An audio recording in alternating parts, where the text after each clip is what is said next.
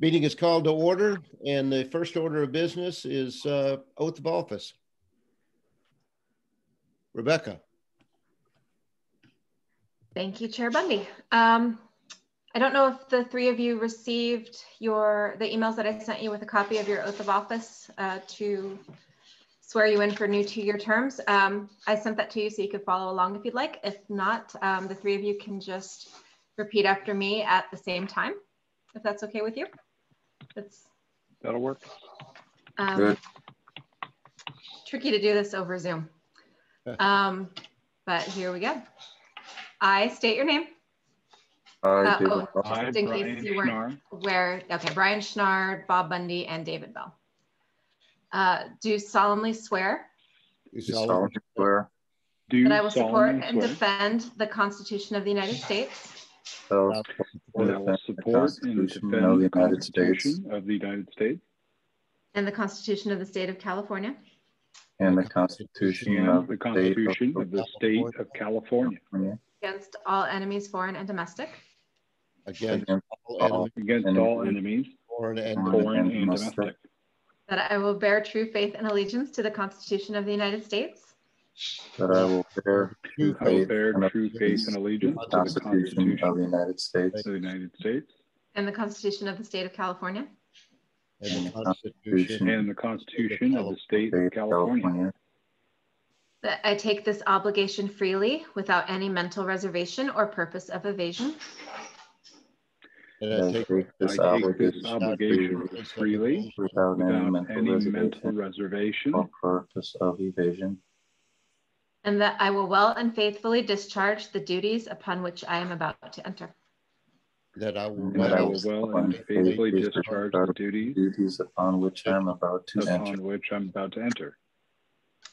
And thank you and congratulations. I hope you enjoy your new 2-year terms, and thank you for your service to the town of Corte Madera. Thank you. You're right. That is awkward. I'm looking forward to getting to do this in person one day soon, I hope. But thank you. And thank you, Rebecca. That's it. Proceed with your meeting. I'm going to mute myself and then exit the meeting. Should we come in and sign this at our convenience? You know, if you're able to, that would be great. I can also mail it to you. I do need signed copies for my file, and I have an original ceremonial copy for you, but I think maybe I'll just put them in the mail for you if that's easier. And then you can keep the one that has the seal on it and then return the color copy. You can just drop it in the town hall mail slot or mail it back. But I'll do that. I'll do that tomorrow. Okay. Thank you, everybody. All right. Thank you, Rebecca. So at this time in the meeting, we want to have open time for the public to speak to anything that's not on the agenda. Do we have anybody on Zoom that wishes to raise a hand and speak to any item not on the agenda? Looks like we have no attendees and there's nothing in the public inbox. Okay. Hey, Bob? Yes. I don't know if I may, David here. Some neighbors and I here on Echo were talking about the slot drains, and I recall seeing kind of a specialized truck coming along that would clean out the slot drains. Is that still occurring? Is there any type of, it's not just the street sweepers, but there's a seemingly pressurized device that would go underneath the slot drains, and it can be addressed at next meeting. Over. Okay. Very good. Approval of the meeting minutes from April 12th. Any corrections, additions? Is there a move to approve? I move to approve. Is there a second? A second. All in favor? Aye. Aye. Aye. Aye. Okay. Moving right into discussion items, the storm drain master plan, long awaited. All right, let me open up. Bundy, as Chris queues up a PowerPoint, just kind of give a little introduction. I know it's something we've been talking about for, over a year now, and it's kind of been near the top of the list for quite some time, but every time we try to grab it, it's evaded us. So we finally had some time to get it out and advertise it. And so it is available on the town webpage. If you were to search request for proposals or bids, we have a page there. And so if you know any companies, firms, people that might be able to get the word out and make sure we have a lot of good candidates to propose on this, that'd be great. We've done what we could on our end and sent it to as many people as we could thus far. But it's exciting project, and we're excited to get it underway, and we think it's much needed, given the last time we had a master plan was, I believe, 2007. So with that, Chris, next slide.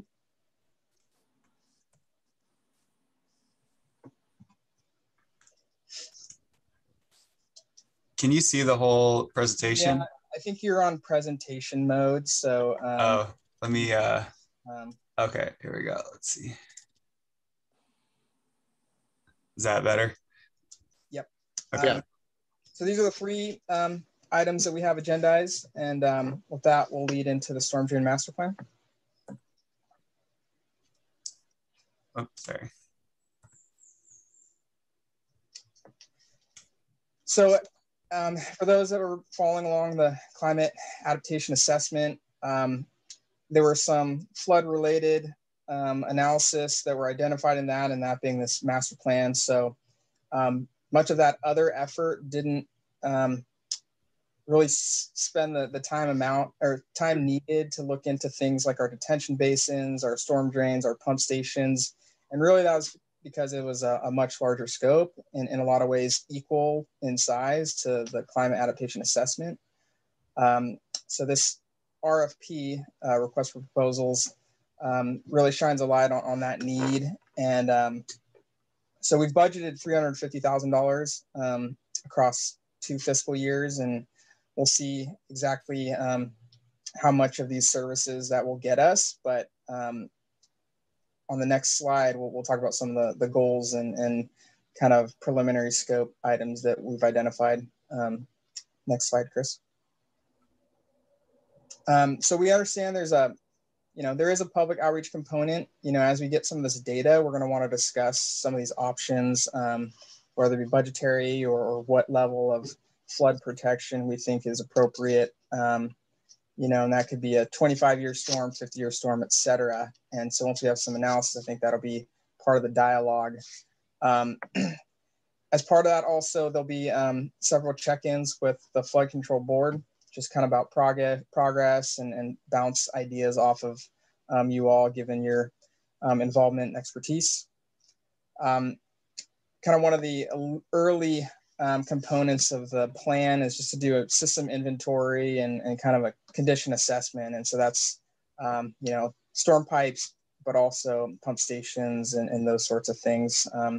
Obviously, as we look at our facilities near the bay, corrosion of elements is definitely something that should be looked at closely, since it's been, probably over a decade since that's happened.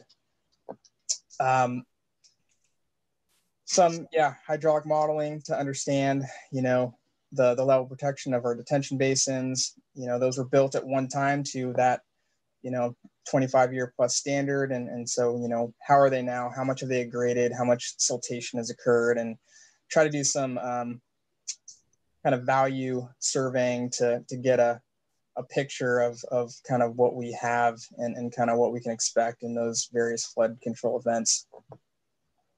So obviously, as part of that, there'll be an output of, areas, either problem areas or areas of high priority. Next slide, Chris.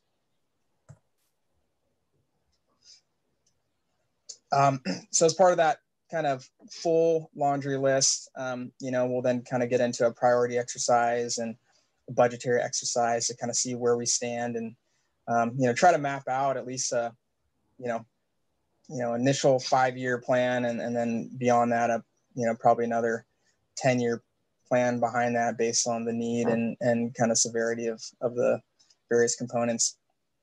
And then this will all go into kind of one final document that we would eventually take to town council for approval.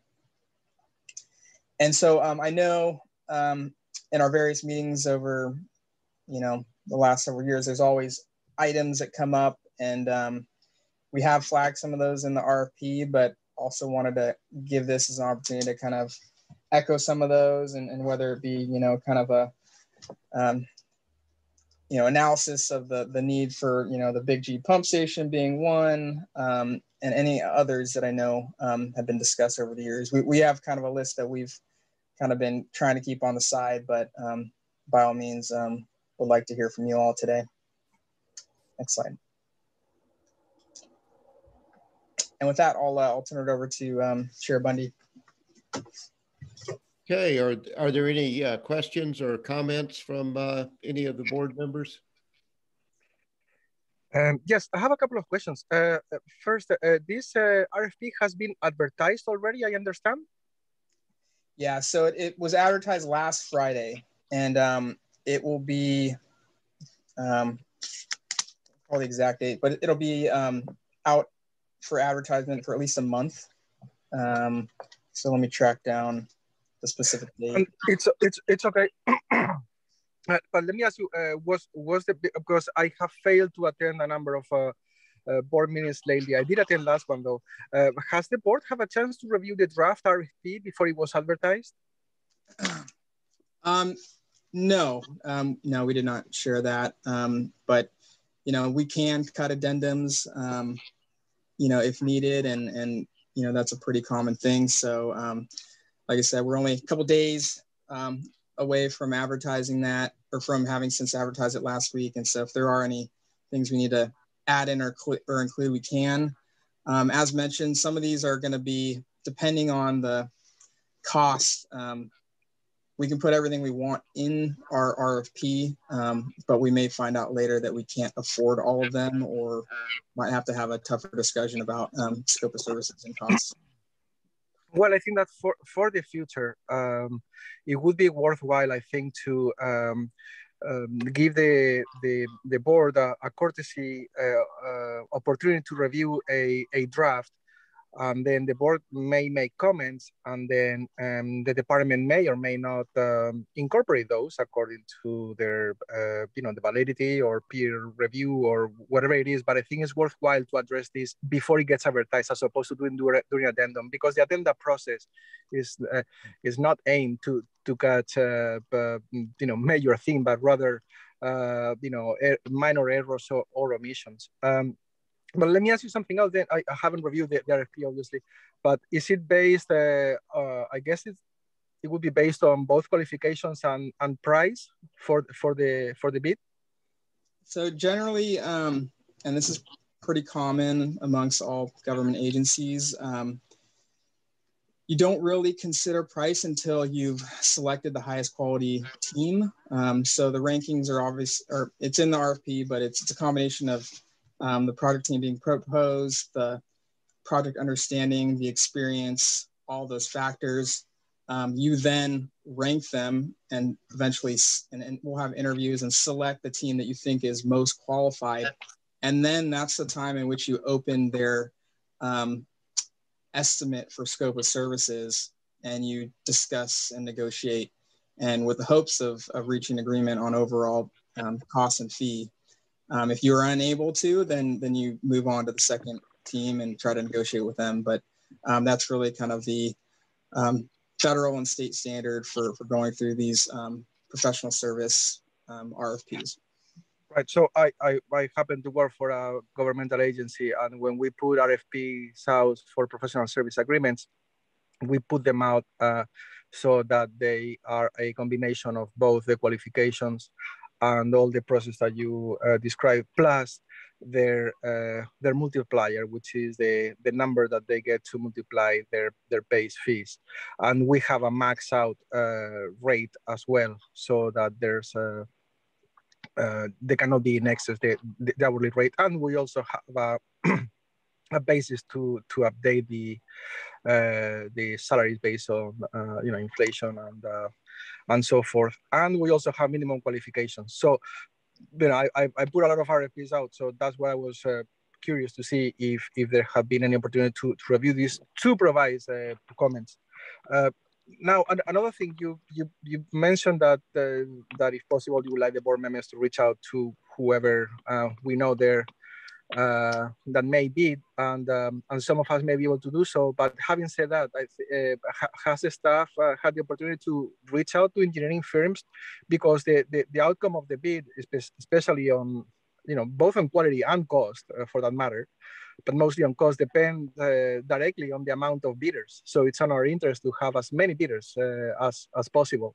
One can only get those if we expose ourselves enough to the world out there and entice people to bid on this. So is there any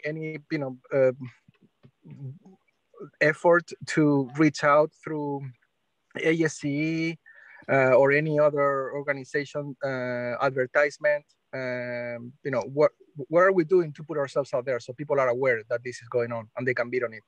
Yeah, I'm happy to answer that. I'll answer that, but also if someone can type a question, just say, can you provide the link to the RFP? I can then paste it in. I don't think I'm able to just add that on my own. So yeah, we've sent it over to over 30 firms already. We've advertised it on our town webpage. We have 3 Marin IJ publications coming in the next 2 weeks. And otherwise, relying on folks like you and also those engineering firms that we have reached out to, and kind of, if it's not for them, they may know someone else, and kind of hope that gets the word out. But we have targeted several that have already shown an interest and have also submitted RFP for neighboring agencies. So, we think we have a good cluster already. Okay. I have other comments on the master plan itself, but I don't know if other board members have questions or comments on the RFP process itself. Just to keep an order, I guess. Any questions just regarding the RFP, the way it went out? I mean, I would recommend the RFP isn't specific about doing elevation surveys, but I think this would be probably an opportune time to do both land surface surveys and then surveys of inlet and outfall elevations, things like that, especially in light of the fact that we're experiencing subsidence, and it would be good to get another baseline of subsidence.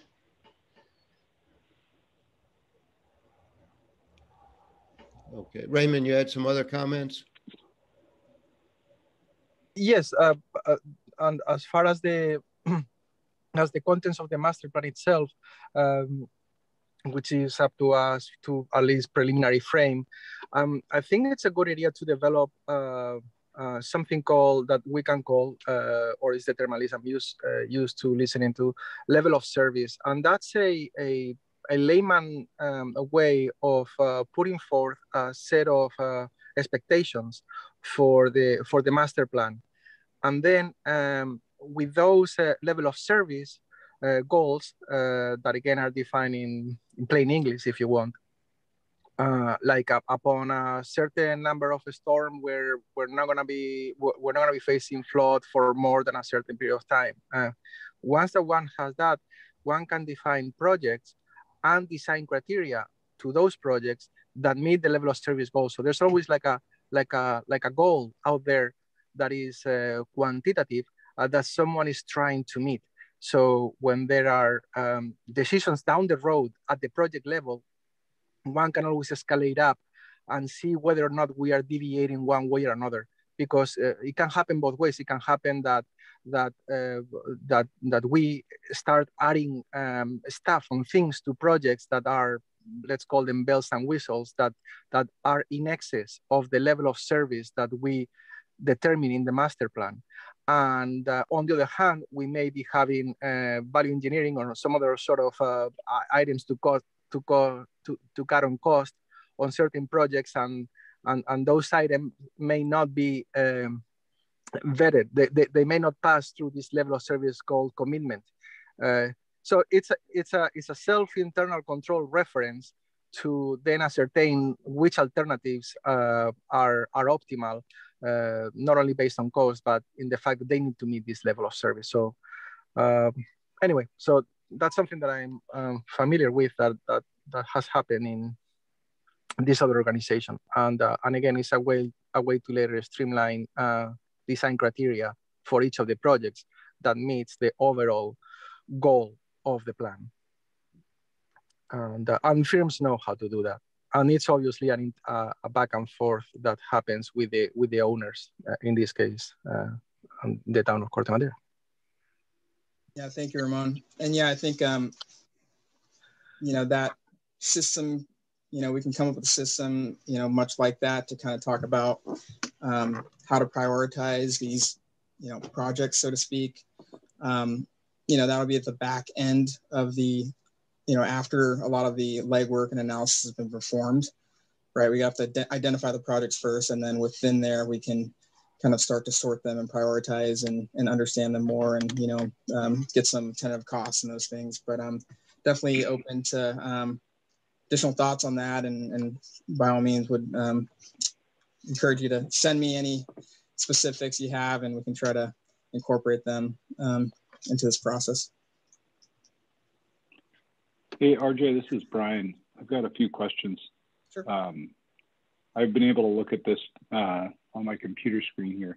You've got an estimate on the costs of being roughly $300 to $400 grand. That's the town's estimate. What's the contract going to be? Are you shooting for a lump sum kind of agreement, or is there going to be an expectation that the contract could grow in scope as they're identifying issues over the course of the 24-month period? That's my first question on the dollars, is how certain are we in the costs of it? And the second question would be, is there a way we can get some reporting from the company that is selected so that we get, maybe just in summary fashion, what they're seeing during the course of their 24-month engagement for the board? Mm-hmm. Yeah, thank you. So on the cost side, some of that, so we put a range because it is kind of one of those things. We can ask for as many things as we want. And if we don't put a cost range, we might get them all, but it might be way over budget. So we kind of put a target and are kind of relying on them. And as part of this, we've also set up a Zoom call so that they can ask more refined questions to kind of get a better feel of our overall goals. But yeah, we're trying to focus them on the amount of money we have available and budgeted, and are trying to, tell them about our goals as an agency and hope that those align. But at this point, we can't guarantee it. And so that's where we'll have to kind of get into the interview process and the refinement process with these Zoom calls. And we might hear that in 2 weeks that, look, guys, you're not going to get all the things you want from that. Or we might hear that from multiple firms. And so we'll have to kind of then make adjustments to kind of either decide if we want to find more budget, or if we need to kind of reduce the scope in certain areas. But as far as the contract itself, typically the contract would have an attachment or an exhibit, and it would be a full detailed table. And there's maybe, 6 phases with subtasks under each one, with each have kind of estimated dollar values. And then also accompanying that is, anywhere from a 6 to 10 page detailed write-up about, what they propose for each task. So yeah, it's definitely not a kind of, nebulous lump sum value. It is defined, but, in some ways, it is different than a construction bid where everything you want just very detailed and to a T. You want to add a little flexibility because, we're hiring these people because they're experts in their field, and we want them to have some some flexibility to propose what they think is going to be best for our agency. And so that's kind of where the interview process comes in, and the back and forth negotiations come in. And we kind of, once we select a firm, it ends up being usually, up to a month of back and forth to try to find the optimum scope. And then, sorry, did I answer the second part? What was about, updates? Yeah, we can definitely, we can do regular updates either from staff or, like I said, we have included, I think it's 3 flood control board meetings where the consultant team will attend and be there in person or virtually in person to answer any questions in more detail. So yeah, definitely intend to give you guys, multiple updates a year. And just to confirm on these phases, would these be like not to exceed amounts associated with each phase? So at least we have some cost containment as they're out there doing the work. Yeah, they are, and even that can work for you or against you. The baseline contract is the not to exceed amount. We certainly can do a subtask that says not to exceed. I think there are pros and cons to that. You're then trying to kind of maximize every pot of money and you lose some flexibility, but I totally understand. We don't want things to go sideways in any one area. Typically though, we will hear from a consultant if they're exceeding a scope on a subtask, and we'll have a dialogue and document it via email or letter and say, hey, no, you're going to have to kind of eat that because you guys propose it as such, or no, we've been with you, every step of the way. We understand there were some unforeseen issues here. And so, yes, we can, move, money from one, subtask to the other. Okay. Thank you. Other questions? Yes.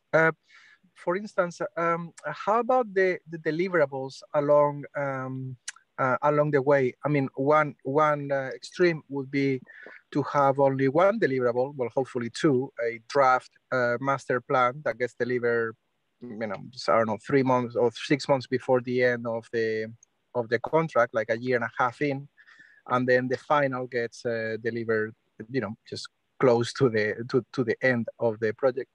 And another way is to have interim deliverables, like the condition assessment that you're going to have that's going to be done early on, because to define the need, for instance, it's what you want minus what you have, and what you have you figure out with the condition assessment. So one can have a condition assessment technical memorandum, and that eventually will be part of this of the final master plan as an appendix to it.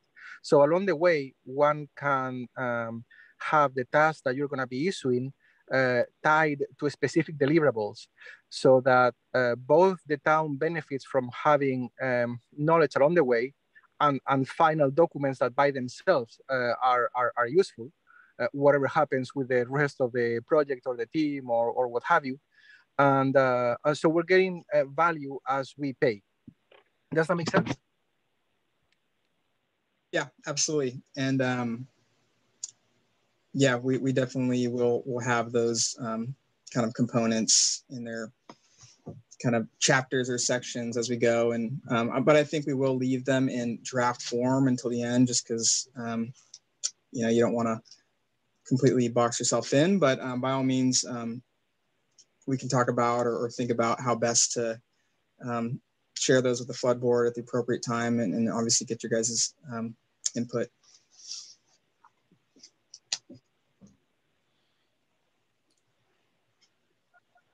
Other questions? Yeah, Bob, David here. RJ, kind of what Ramon was speaking to before, getting the word out.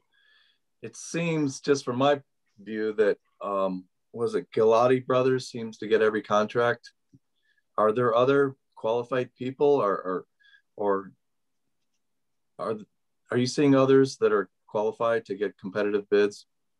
Yeah, so yeah, I mean, Gilotti there's 4 of them. And those are contractors, right? So we're talking engineering professional firms. So 2 kind of different sets of folks. And yes, the contracting world is strictly low bid, low responsible bid, whereas this is more geared toward, you know, quality of team and all those things.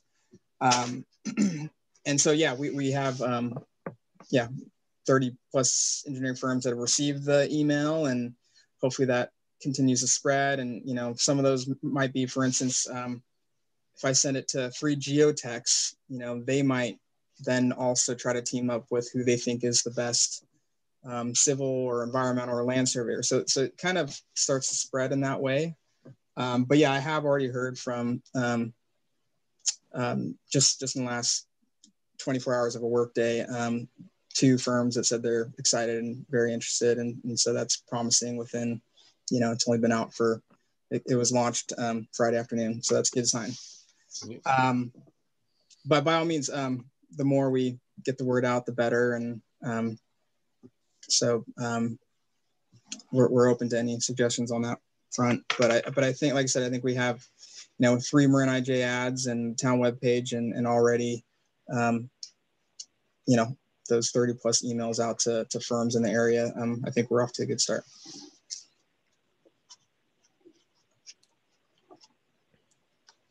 So RJ, I had a question, you know, in looking at some of the infrastructure, some of it needs to be upsized and some of it probably needs to be downsized.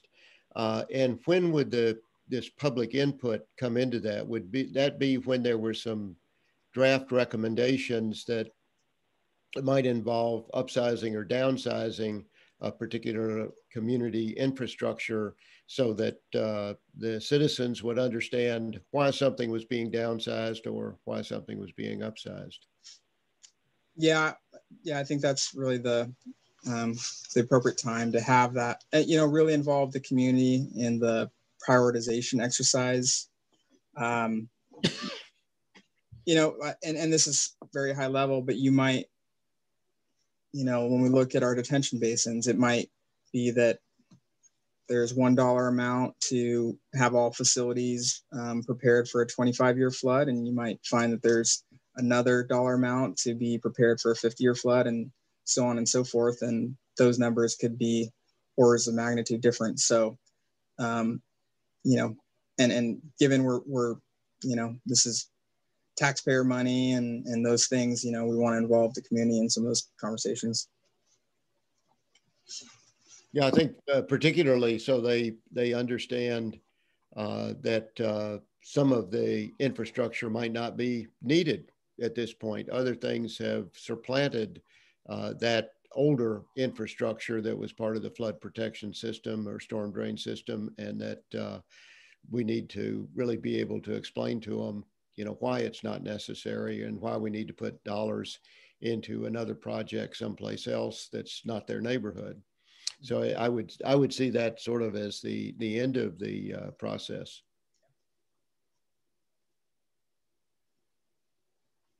Yeah, agreed. Any other questions, comments, additions, thoughts? Look forward to seeing this and working with whoever the consultants are that come out. I was here for the A&N West one, and look forward to seeing what we come up with this time. Good luck. Yeah. And I don't know, or is anyone able to type anything into the Q&A bar so that I can post the RFP link? Maybe disabled, but let's maybe give it a try. It doesn't look like it's enabled. Yeah. Okay. Yeah, I'm using my iPad and I can't enter. Okay. Yeah. Okay.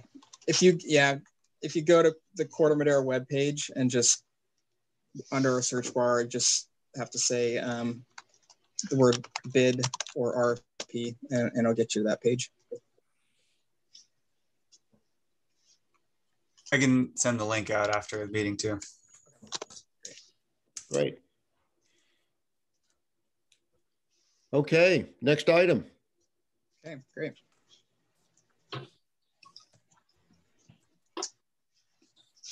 All right, so for those that have followed the climate assessment, adaptation assessment, one of the kind of short-term strategies that was identified was this section of Paradise Drive between basically Westward and Robin Drive for kind of a complete street multimodal improvements project plus consideration of climate adaptation and sea level rise. If you go to the actual staff report that went to council in July, it does show a further expanded scope, but that was really just because we didn't want to leave an orphan section of roadway up to our eastern town limit. So we just included it, but likely would just be kind of striping improvements and some minor resurfacing on that. But as part of this project, we did get approval from council to initiate design and environmental constraints and analysis, includes land surveying, geotech work, all of those things, public outreach, to really try to improve this for multimodal, but also if we're going to invest, 7-figure funds in a project of this type, with roadways having service lives of 20 plus years, it makes sense to also consider sea level rise at that point. So this is the segment here. Chris, go ahead, next slide. So here are just kind of some existing conditions I'm sure you are all familiar with. So we just have kind of a 2-lane roadway with a, somewhat minimal shoulder. And we all know this is a very heavily used bike route. And then you have the 2 private schools that, kids would access. And so definitely some much desired improvements there. On the right-hand side, you'll notice there's a pedestrian overcrossing that kind of connects the 2 schools. So one thing that we have to consider if we were to look at increasing or raising the road would be, do we have to work with the schools and facilitate them raising that bridge crossing. It is already kind of at the minimum clearance level by Caltrans standards. So that's something that we'll have to go into that conversation. And we've already sent letters to the school, just kind of making them aware of that potential. Otherwise, things to note, on the right-hand side, you have Ring Mountain. So open space preserve. So there's, lots of people that like to recreate up there and enjoy that. And so there's some parking needs that go along with it. In addition, on the left-hand side of the picture on the left, there's Marin Audubon kind of environmentally sensitive areas. So all stakeholders that, we want to include in the conversation to really just kind of come up with the best project we can. We tentatively have a public workshop scheduled for roughly October is the goal. So at this time, the team is really kind of doing the data collection. Go ahead, next slide, Chris. Okay, actually, before I get to the scope aspect, let me show a little more about existing conditions. So on the left-hand side, you'll see kind of this color chart with elevations. So this is kind of what we're working off of now. And so you can see the good news is many of where these schools are located, they're actually at a pretty good elevation, possibly 13 or 14 feet and up, which is good news. But as you can see, kind of in the middle stretch, there's some greens and yellows, which indicate some lower lying roadway areas.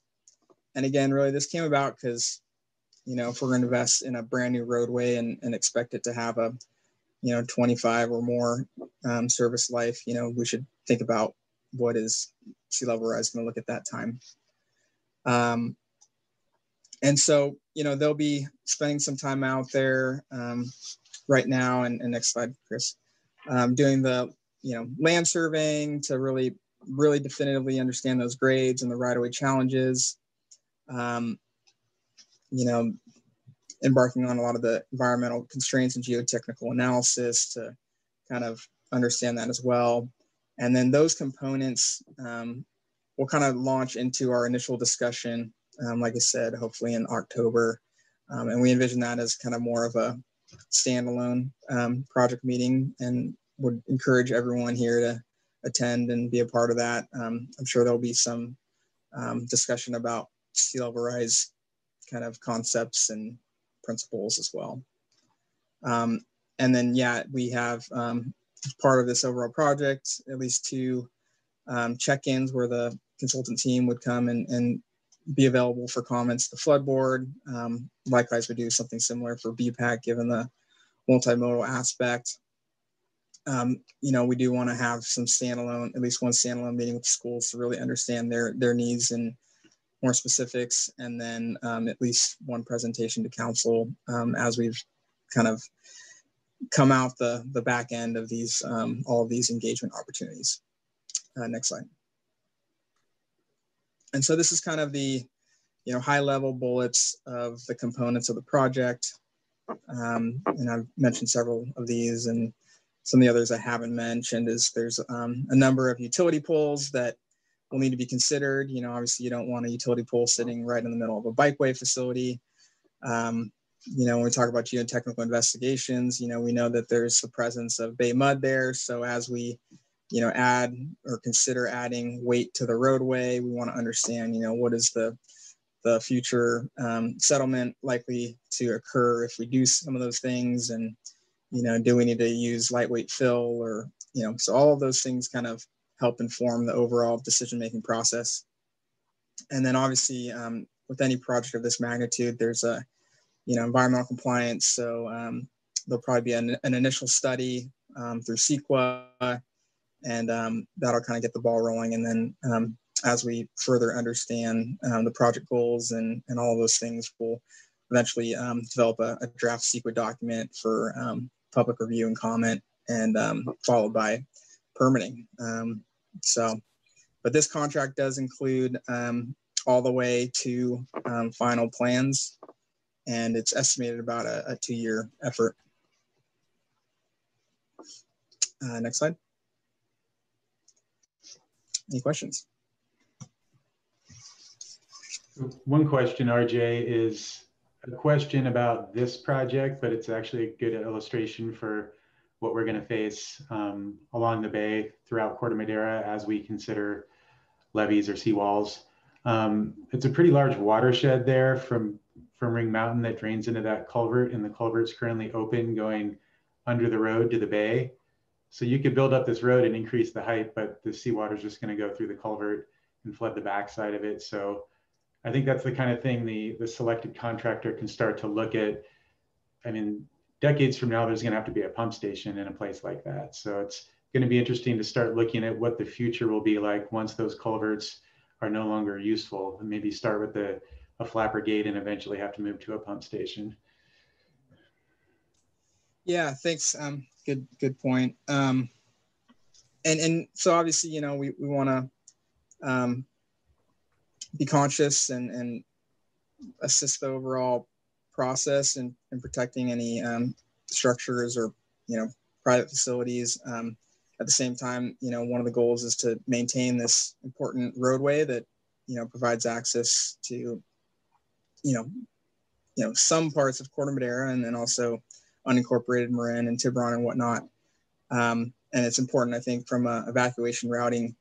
And so, yeah, depending, and I think that's where the goals discussion will help is kind of, how much, as we get into the analysis, how much costs or expense or whatnot should go into the roadway versus other structures. And as mentioned, the preliminary data shows that the structures are at what I think is 13 plus elevation. So that's good.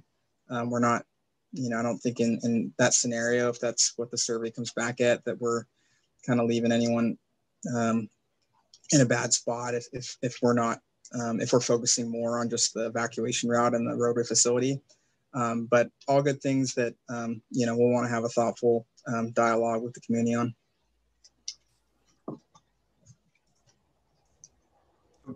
So RJ, question I had, I know in part, this was looked at as a transportation issue because it is a vital roadway.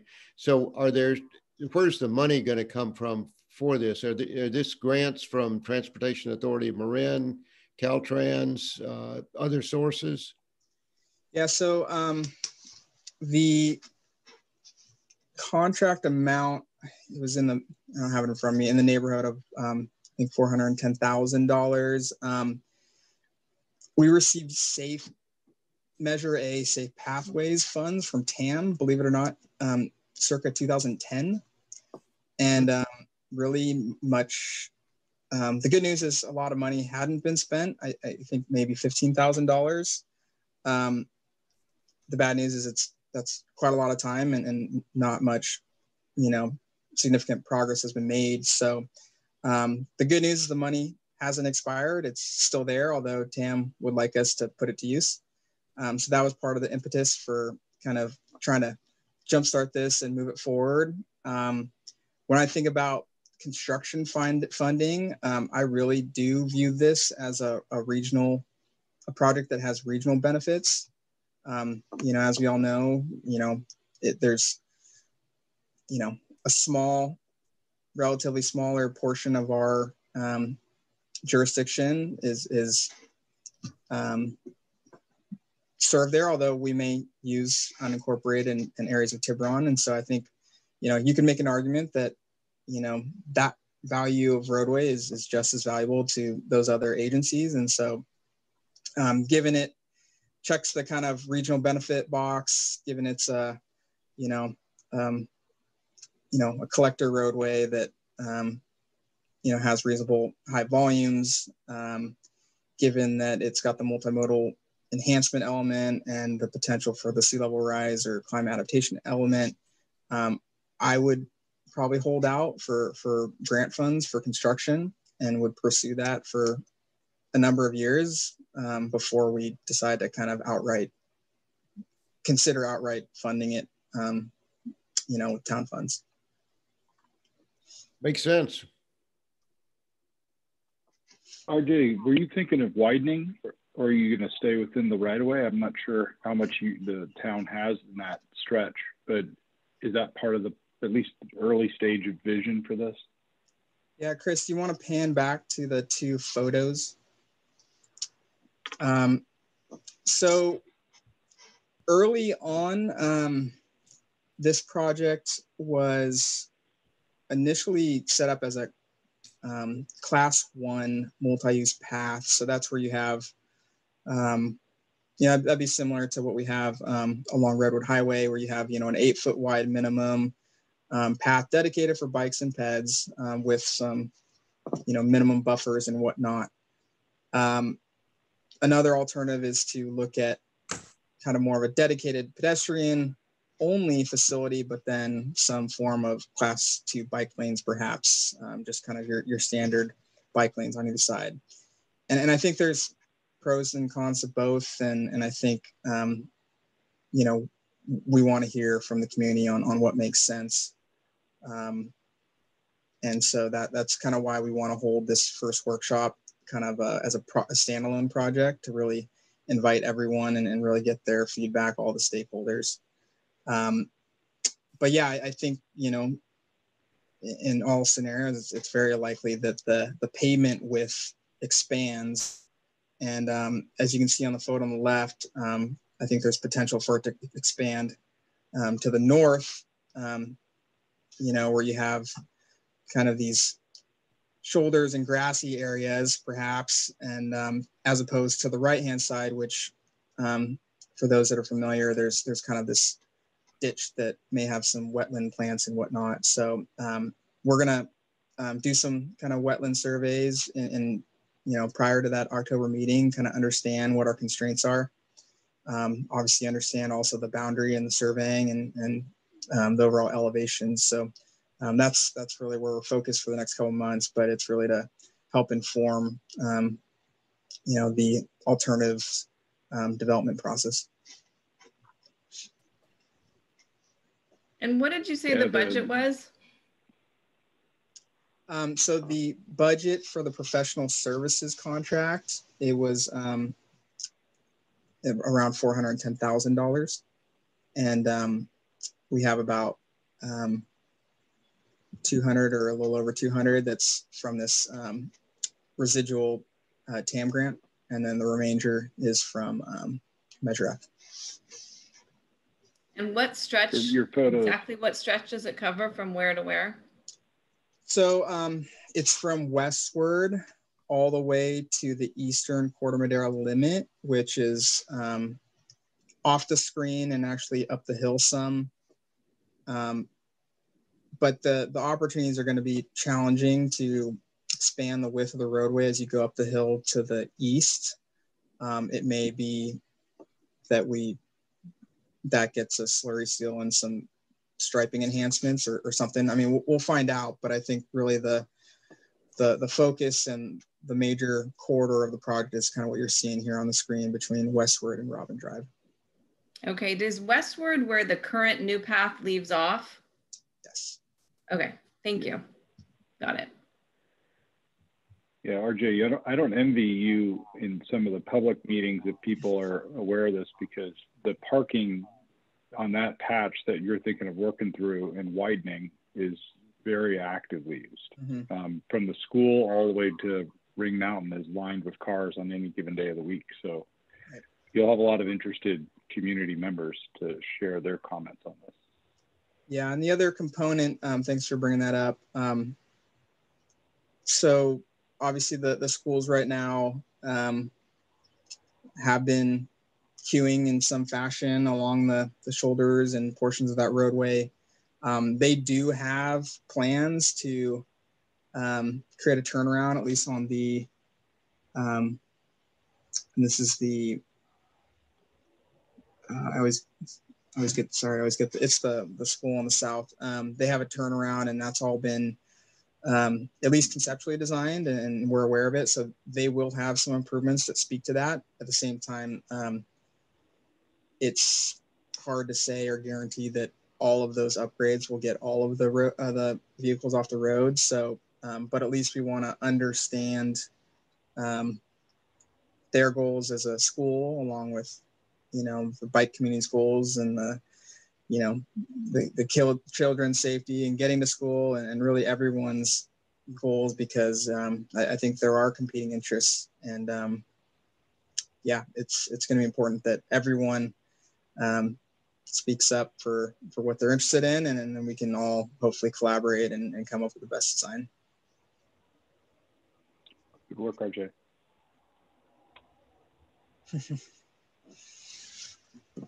Any other questions?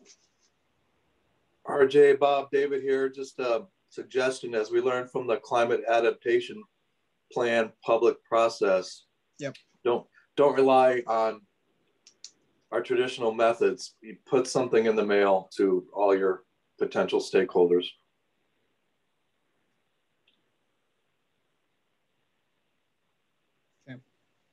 Again, I think the challenge is to get to the stakeholders, most of which are the Montessori and Marin Country Day School. The Corte Madera residents that are east of this, there are only 4, I think, or something like that, 4 or 5.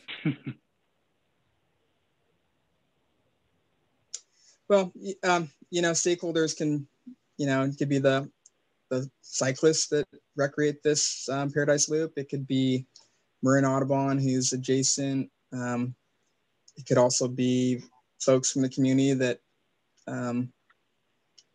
want to opine on just how we approach sea level rise discussions. So but I think of all the projects that we could come out the gates with after a climate adaptation assessment, I'm hoping this is a good fit where it's hopefully enough positive can come out of it without getting caught up in too much of the challenges that we've seen thus far.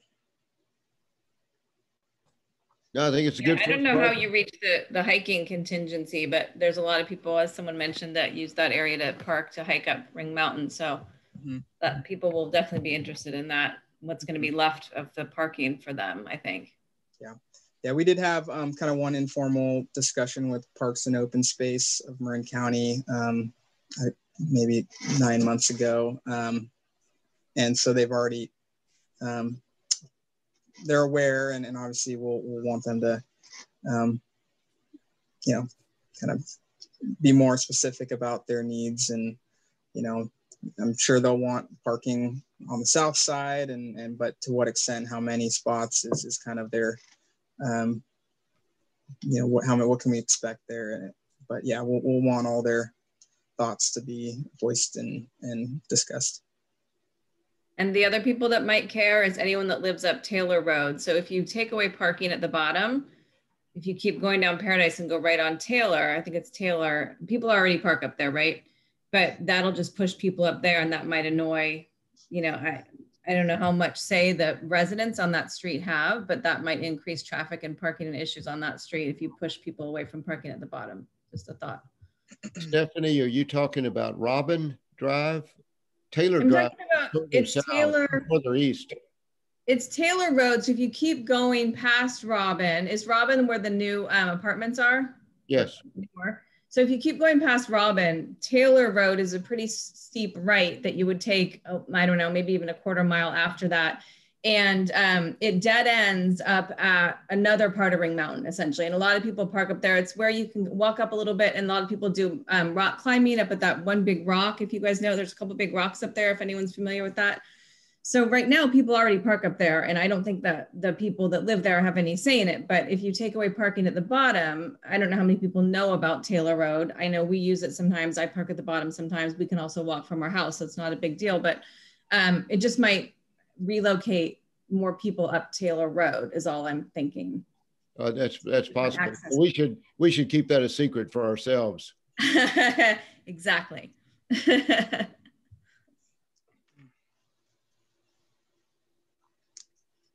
All right. Any other questions?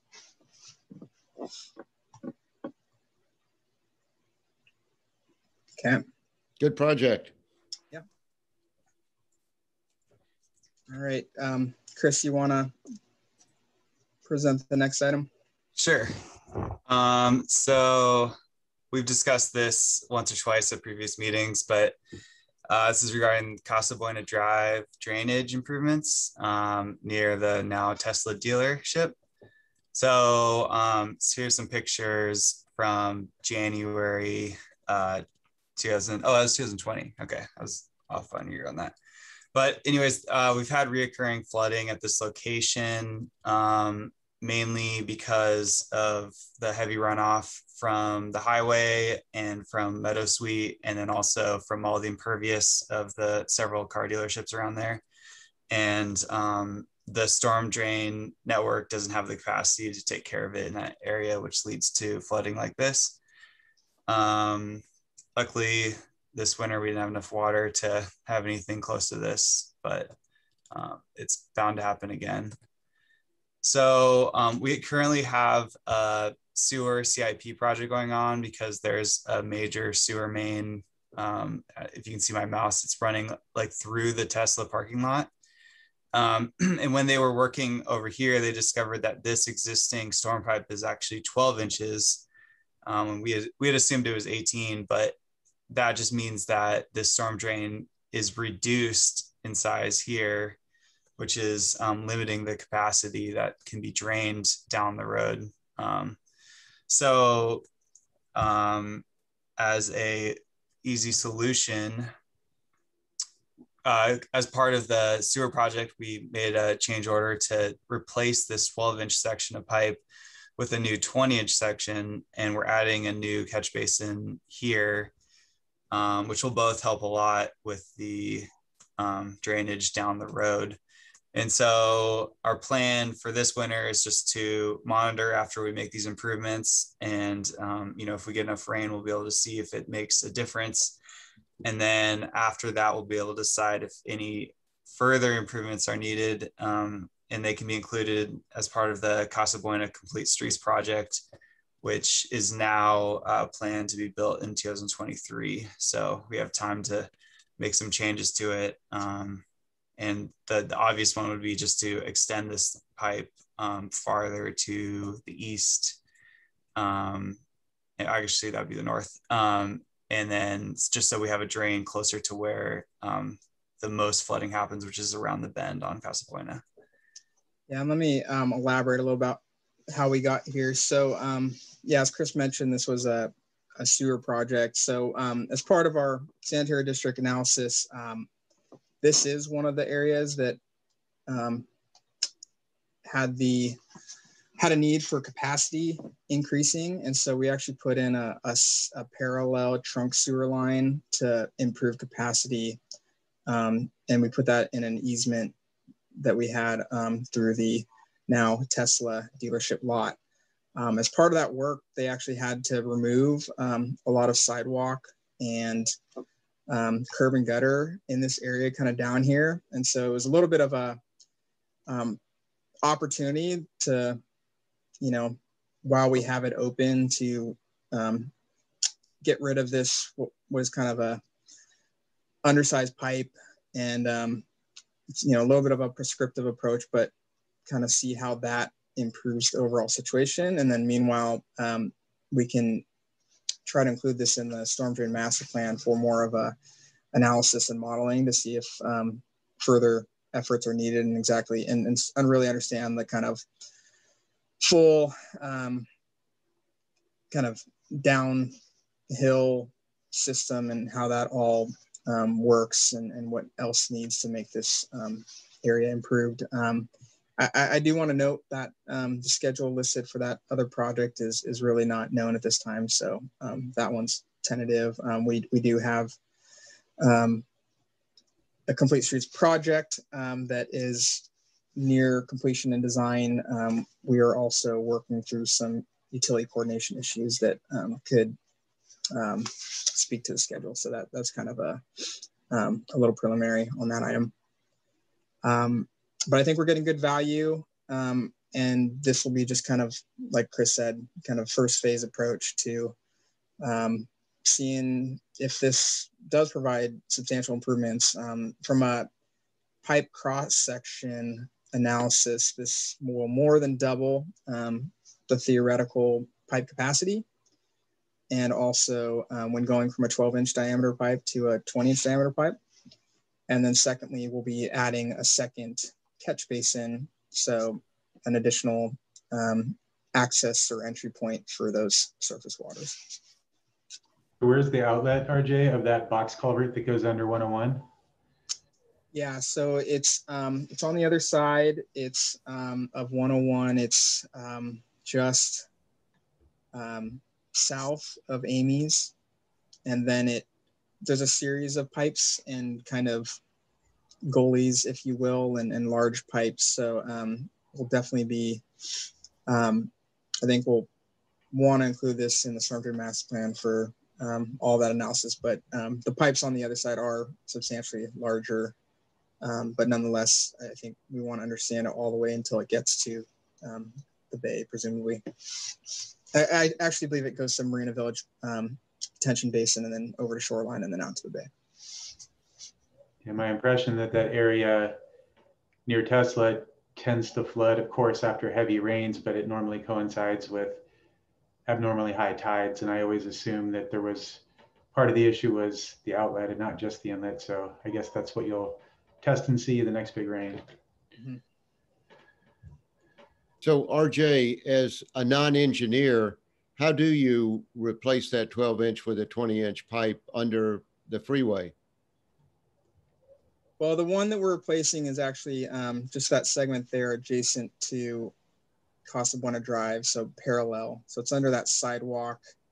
So it runs north to south. Yeah, at this time, we're not proposing to replace or upsize the box culvert that goes under the freeway. That, as you can imagine, would be a pretty substantial project. So that's has capacity. It was getting to that box culvert that was the problem. That's what I guess. On a very fundamental level, you don't want, right, a larger pipe feeding into a smaller pipe. So just we're kind of initially just fixing that deficiency, and setting ourselves up to then have the ability to add additional linear storm drain systems and structures down the road if it's appropriate. And the area that it goes to south of Amy's, that is a pump station there? No, so it's kind of a large, I don't know, it's almost like a little gully that then feeds into, so it then becomes open channel for a moment, and then it goes back into another pipe system, and then it actually bubbles up and goes into another open channel. So yeah, it's like I said, it's something we need to. Does that channel then go behind Toscalito where there's sort of an open? It actually, one of the pipes goes underground along the length of Toscalito, and then it eventually goes into an open ditch between Toscalito and the business on the other side. And then there's another large pipe that it feeds into, and I believe that one then goes to the Marina Village detention basin. Very complicated. Convoluted.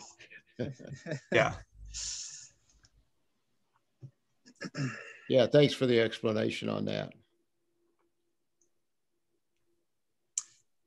Any other questions on that little storm work? But the thing you were going to do is to see how this worked and then determine if you needed to extend it further north along to the curve to put in a catch basin there. Is that correct? Yeah, that's correct. Well, hopefully this winter we'll have enough rain to see if it improves, the flooding in that area, and then we can make adjustments from there. Okay.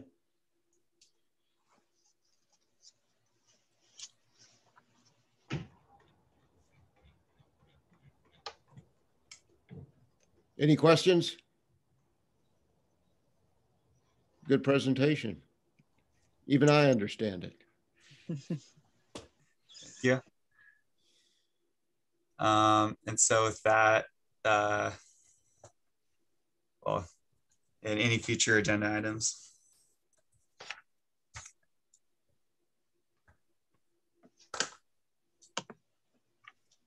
I think, just keep us updated on some of the smaller items that you're working on as you move forward with trying to get those accomplished.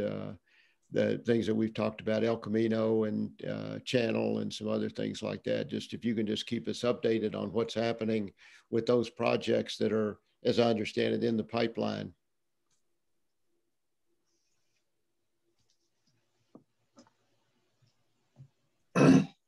Bob, Chris, David here. Future agenda items. So that last presentation inspired me to think about something, and so it's probably been presented before, but in relation to how the climate adaptation assessment plan assessed things and the comments we got, is there information as water rolls out of the hills and it goes into Marina Village versus Mariner Cove, and Marina Village has its pond, but Marina Cove has the creek. And people thought that if we do the climate adaptation plan, the creek would dry up because we're going to close it. So I think it'd be great start to think about that overall concept of hydro flow from the hills into the basins and how the pond at Echo and end of Echo works. Because I've been walking around a lot, and sometimes I see water getting pumped out of the pond into the channel. And I'm just amazed there's any water to flow anywhere these days. But obviously you guys know more than I do. So I guess a general idea to give us a big plan of how the whole system works.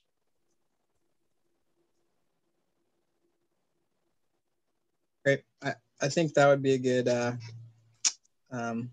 report that whoever the consultant we hire could do at somewhere, a third way into the analysis or halfway into the analysis, and kind of dive into detail at one of our future floodboards. Very good. Yeah, in RJ, in that detention pond there that's at Echo, the Marina Village detention pond, it does have some water flow from San Clemente Creek through that tide gate that's, I guess, always somewhat open. It's not a lot of water, but it's, you know, it at a certain tide level, I guess there's water that goes through there and goes to that detention basin. Is that correct? I think the one that goes back south under Paradise Drive. So there, if we're talking about the same one, there's a tide gate, yeah, right by the fire station, and it is open certain times of the year, and it kind of goes to like the Meadow Creek station area, I believe. But I don't know that it actually circles back around and connects to Marina Village. I don't think that's the case. I was talking about the small tide gate that is on San Clemente Creek that feeds water into that what's supposed to be wetland, but is not very much wetland. It just allows a little bit of water to continue along the edge of that and then eventually drain into the detention pond at Marina Village at the end of Echo. That's the one that I was referring to as to how water, I guess, gets into that pond. Yeah, I do know which one you're talking about. I'd have to refresh my memory on exactly kind of the flow direction and all those things on that one.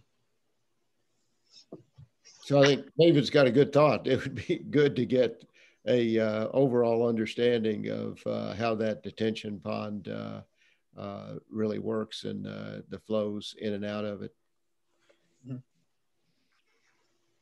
Yeah, that's definitely one of our goals, is to improve our storm drain maps, because right now they're not very detailed, and it's hard to tell, you know, which way the water is going, especially on Paradise where it's flat. So that'll definitely be part of the master plan. Can I ask a question back about the Casabuena Drive project that was discussed? It makes sense to me that that we have a certain drain there that is going to be feeding into now a larger proposed diameter drain that in turn will feed into the culvert. But I guess the question is, what is the basis to selecting that diameter? I think it was 20 inches. Yeah, and it appeared to me, maybe I'm mistaken, but it seemed to me that you were suggesting almost that it was kind of well, it's common sense, if you want, to have smaller pipelines feeding into larger pipelines, which makes sense.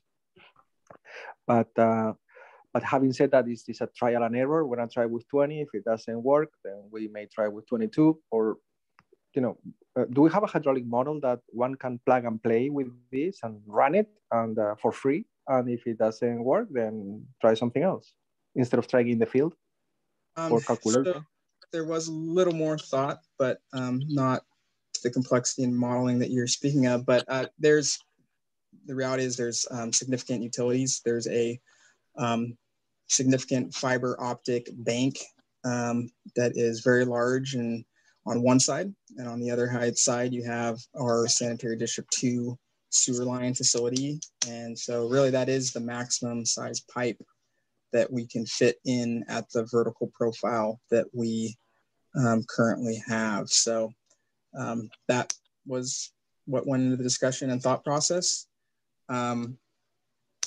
You know, we could have done I guess, I don't know that we would have had a different outcome, but had we waited, then, you know, the other project would have had to put the sidewalk curb gutter back at an obvious expense, you know, upwards of $20,000+, and we would then later have a result a year or two from now. So given the opportunity costs and timing of things and limitations to the physical constraints, it seemed like a good selection.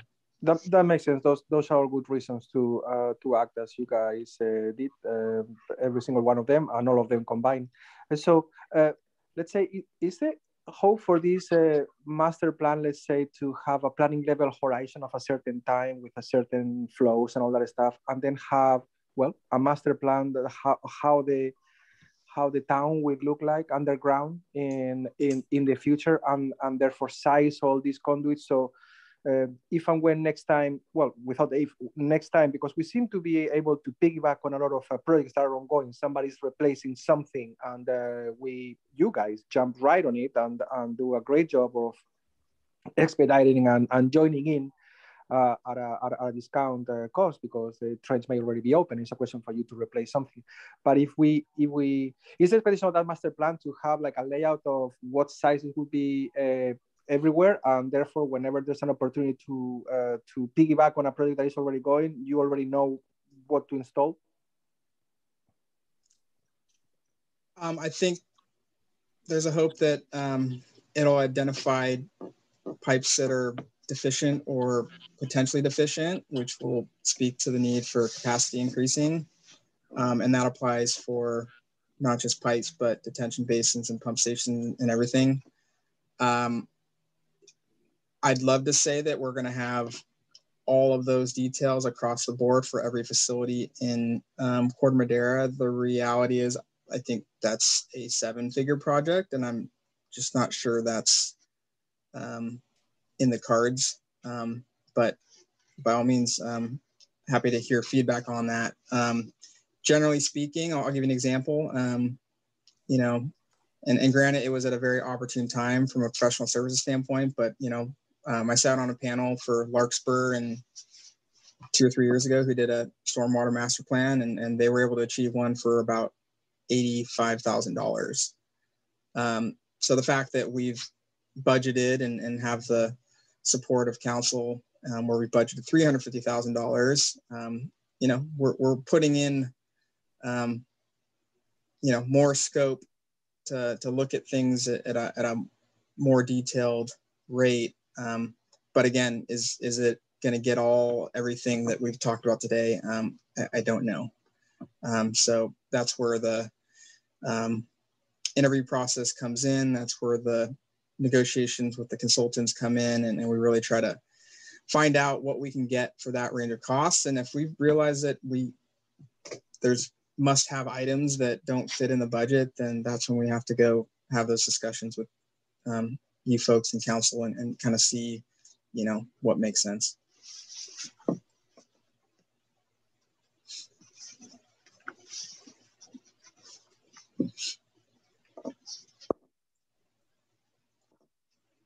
But well, yeah, good presentations. Thank you. Do we have anything else or any other additional future agenda items?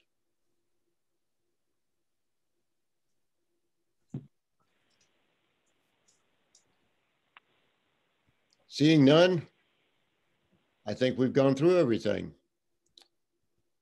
And I'm going to close the meeting. Good meeting, everyone. Thank you. Thank you. Yeah. Thank you all.